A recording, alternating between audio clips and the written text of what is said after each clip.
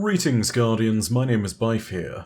So I wanted to cover a little more to do with the nature of the conflict that's forming ahead of us. The conflict between light and dark, although more accurately perhaps, between the forces of Sol and the forces of the Witness. Whilst a lot of the developments this season have been flavoured with the Cabal, Scion and Hive storylines, I think that we're at a good place generally to look at the wider array of forces in Sol, especially with those that have had more recent developments outside of the main storylines, and we can start to really untangle where the plot is going, and to sort of see where things fit as far as this alliance is concerned, or the potential for the growing alliance, that is. The divisions between different factions have never been more pronounced, and this leaves us with a few avenues that are ripe for storytelling which may take hold in the future seasons.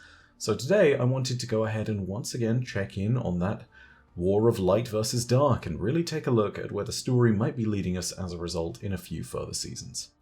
But first, a word from our sponsors over at Keeps. Okay, so imagine this. You're a Hive Knight, and you've recently been promoted to Lightbearer, blessed with the powers of the Traveller, and you're ready to go ahead and serve Savathûn. This is Bob. He is one such Hive Knight, and he's got some pretty impressive stuff going on, but unfortunately, thanks to earlier choices way back in his first life, he's missing something. Yep, you can notice it. It's barely missable. You see, back when he started balding, he was able to just cover his head with that old Hive armor, but now he's a Lightbearer. No such chance. Just look at Bob. He's so ashamed he doesn't even want to show his face.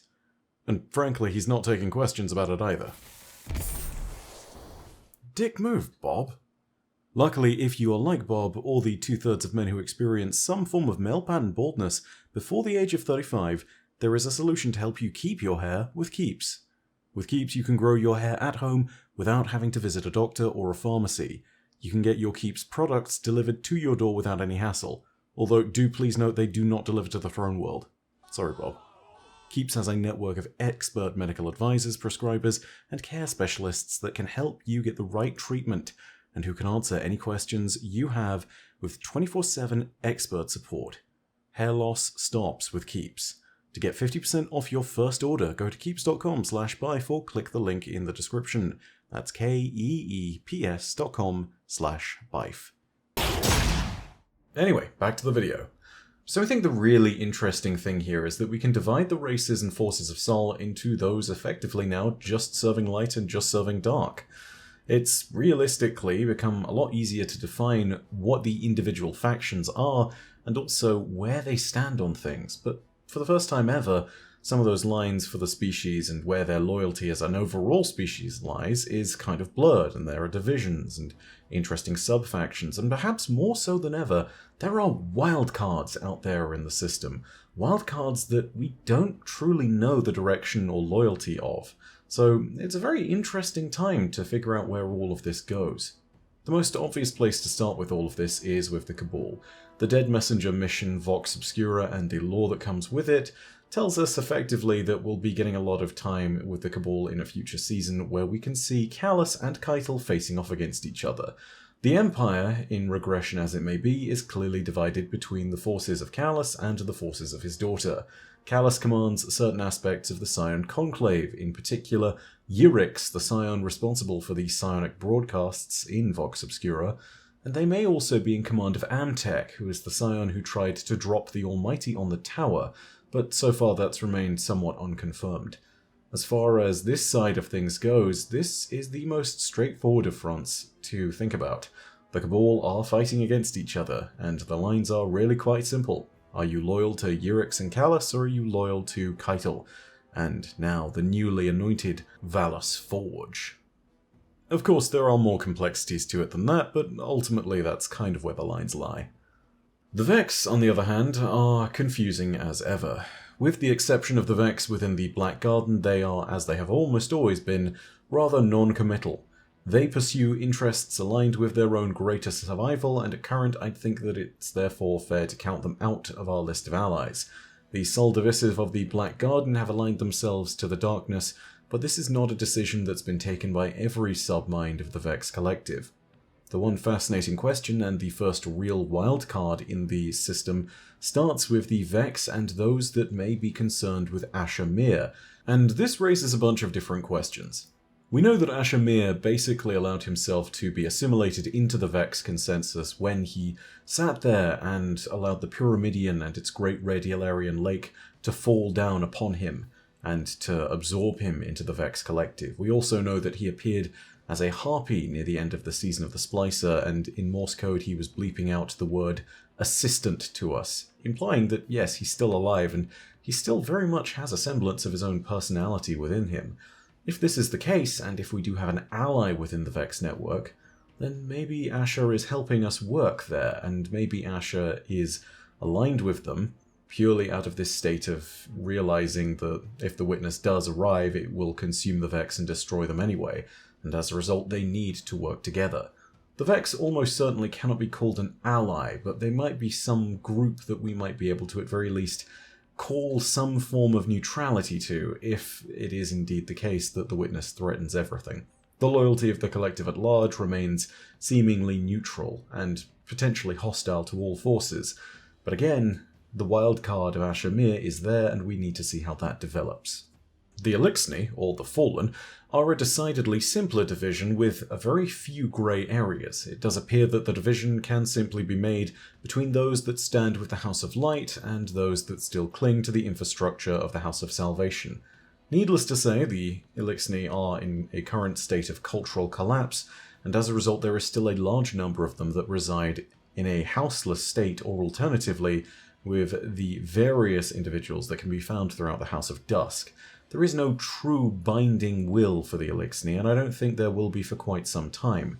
I believe, however, that there is an interesting line from Vox Obscura that tells us a little bit more about the future of House Salvation, and in particular where the story of Eramis might go.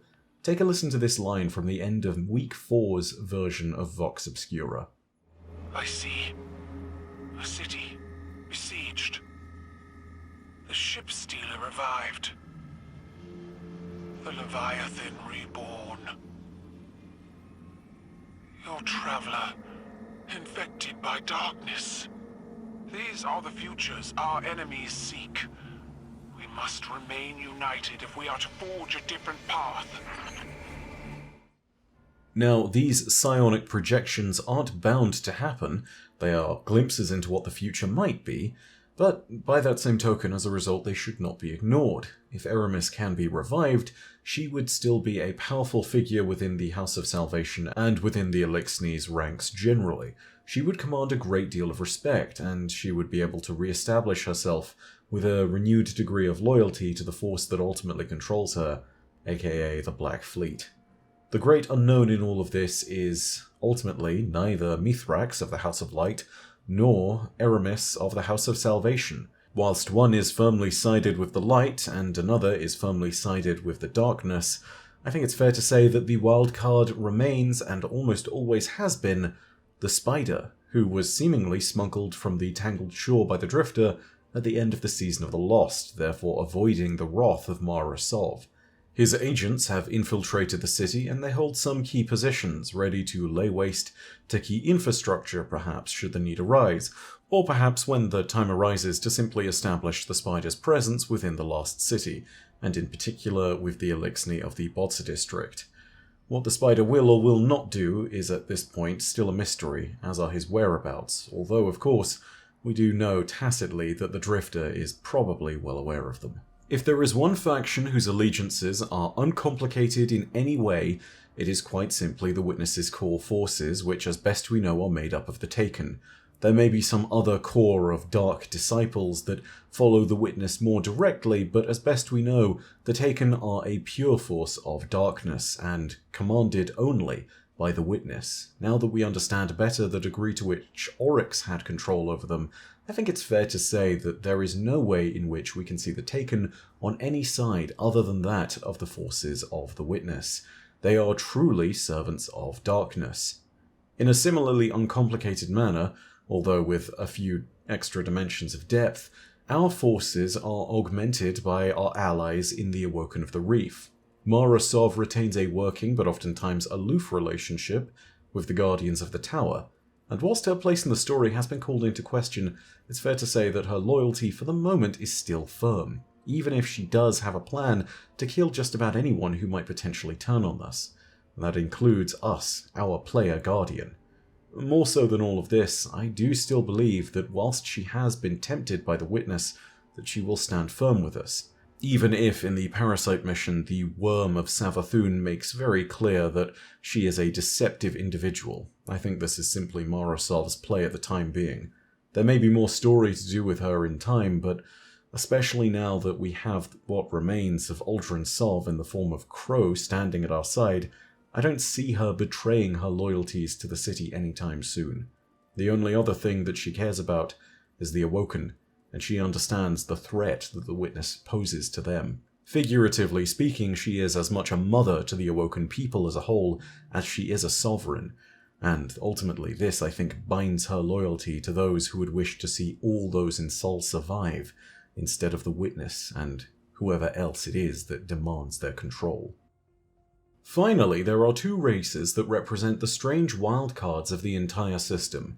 They seem decided, and yet there are still questions to be asked. The two races I'm referring to are, of course, the Hive and the Scorn. Now, on the face of it, there are some obvious divisions and some obvious loyalties with both these factions. Starting with the Hive, Xivu Arath and the majority of the Hive broods that remain have committed themselves once again to the cause of the Witness. With the death of Rhulk, Xivu Arath is likely to represent one of the Witness's top lieutenants.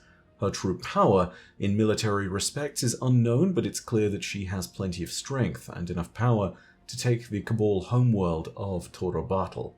She's also responsible for coordinating the attack on Savathûn in the Dreaming City during the Season of the Lost, so the Witness clearly trusts her with a degree of military autonomy, but the thing is that Xivu also doesn't know that the Hive were lied to, which leads to an interesting question of whether this could affect her loyalties.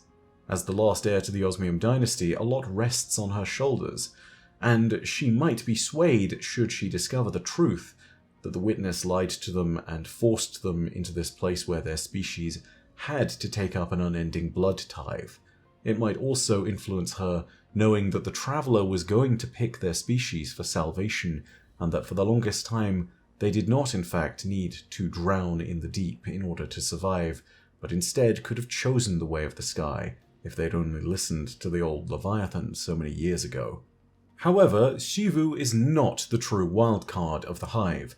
The true wildcard is, and in a way always has been, Savathûn, and by extension her Lucent brood. The brood is, needless to say, loyal to the Witch Queen still, but the thing is, Imaru, Savathûn's ghost as of the end of the Witch Queen campaign, has escaped capture, and without his death, Savathûn might still be resurrected, which means that technically speaking, whilst she is dead at the moment, Savathûn is still very much in play, which leads us to a very strange unknown in story terms, which is quite simply, if you think long and hard about it, whether Savathûn's allegiance is truly to the light, as she seemed to imply at the very end of the campaign of Witch Queen, where she said that she serves the true will of the Traveller. This could all be lies, and I think it's fair to say that no matter what you think, the Witch Queen cannot be trusted. It is clear, though, that she is actively fighting against the Witness, and as time develops we'll need to see if this continues to represent a status quo as it is now, with a three-way war between the Coalition, Lucent Brood and Black Fleet, or if the Lucent Brood will, in principle at least, agree to ignore the forces of the Coalition in recognition of the threat posed by the Witness.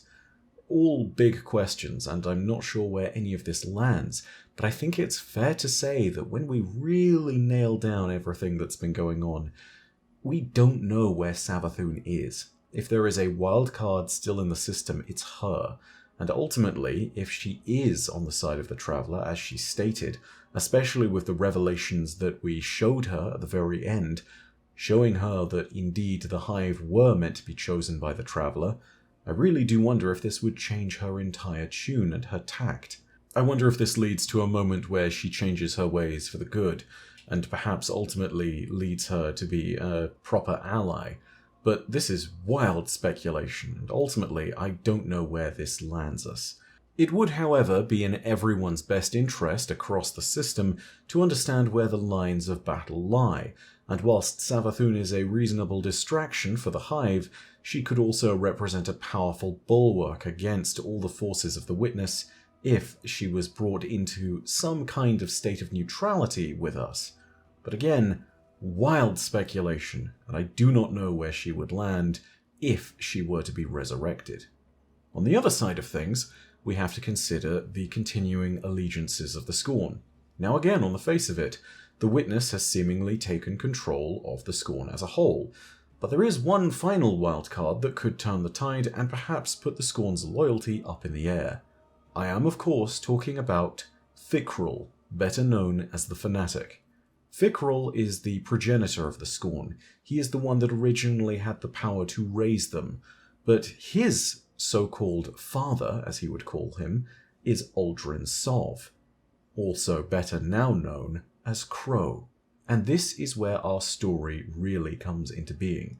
You see, Fikrul would have potentially been vaulted with the rest of the Tangled Shore, but then we get this line from the mission in the Witch Queen campaign called The Ghosts, and it gives us a story thread that we can tug on. Take a listen. The Scorn are supposed to be mindless, but these, they're powerful, organized.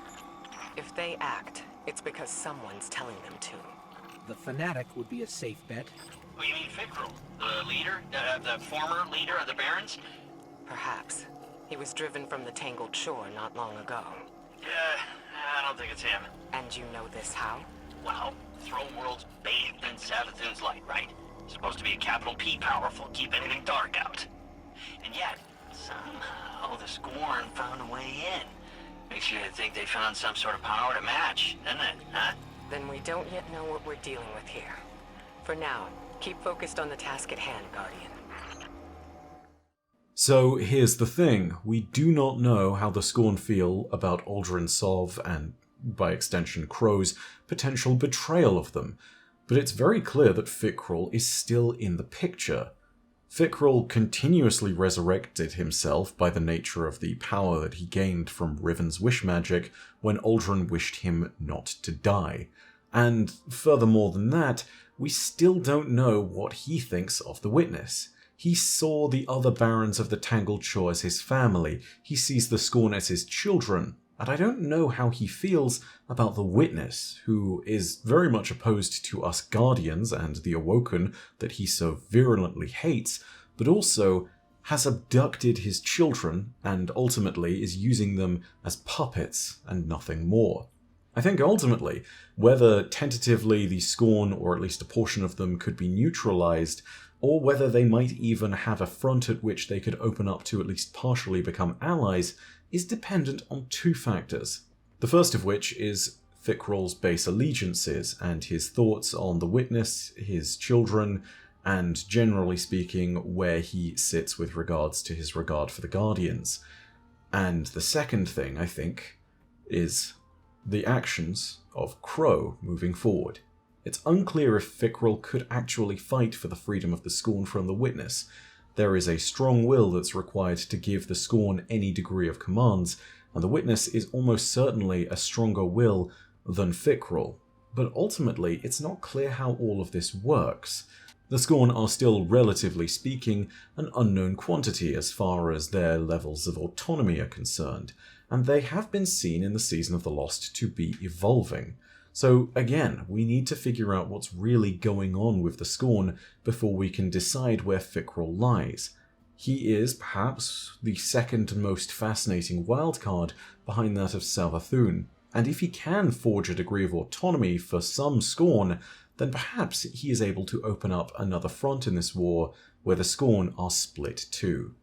There are, of course, a few other odds and ends to tie up, narratively speaking, not the least of which is Rasputin and his potential resurgence. More than just this, we still need to better see where the plotting of Emperor Callus and the Scions goes. We need to see if there will be development of some sort with the Nine. We need to understand everything going on with other forces in the system that might act as auxiliaries, such as the pacifist colony of Guardians that Ephrodite joined out in the Kuiper Belt. The coalition that we've created could potentially expand, and if it does, there is room in it potentially for everyone. Whilst it would take a lot of convincing to allow certain aspects of the system's forces to sit alongside others, I think it's not impossible to see a grand union of different groups working forward. There is, of course, the obvious core of those who would fight at our side, including Keitel's Cabal Ascendancy, Mara Sov's Awoken of the Wreath, and Mithrax's House of Light. But there are then other groups that are less easily recognized that could also stand with strong power within this alliance, and it makes me wonder whether those strange wildcards out in the system will have some kind of role to play in the future. Will Asher Mir help sway some of the Vex subminds to our defense so that they can survive alongside us? Is it perhaps going to be the case that Fikrul will work out in our favor, and that Crow will be able to convince him that he should lead at least a portion of the Scorn in rebellion against the Witness? And is there perhaps even room for the Witch Queen Savathun to join our ranks, if in the most extreme of circumstances she was resurrected and was willing to accept the truth that she was lied to by the Witness constantly, and that she was always supposed to be chosen by the Light? By this same token, what of the allegiances of her sister, Suvor Wrath, and the allegiances of the broods that follow them? There are plenty of wildcards out in the system still that we haven't heard much from, and honestly, they are all potential avenues for the story to follow. If there is one thing that is clear, it's that over the next few years we will be gathering allies and committing to major offensives against the forces of the Witness. The war for Light and Dark has truly begun now. With the death of Rolk, I believe that we have set off a chain reaction. We are the catalyst now for the opening stages of a war. We shot first in this grander sense, but ultimately that's not fair to say when this war has been raging for thousands of years. But we have escalated this conflict, and now I believe the Witness will respond with a greater degree of ferocity than it ever has before. We need to be ready, and so do our allies, no matter who they may be, no matter where they may come from. But that's all from me for now. Thank you so much for watching. If you enjoyed the video, go ahead and leave a like, and if you have any more thoughts of your own, go ahead and leave them down below in the comments section. Of course, know that as per usual, your viewership is quite enough for me, and that in the meantime, my name is Byf. Perodacia ad Astra. I'll see you, Starside.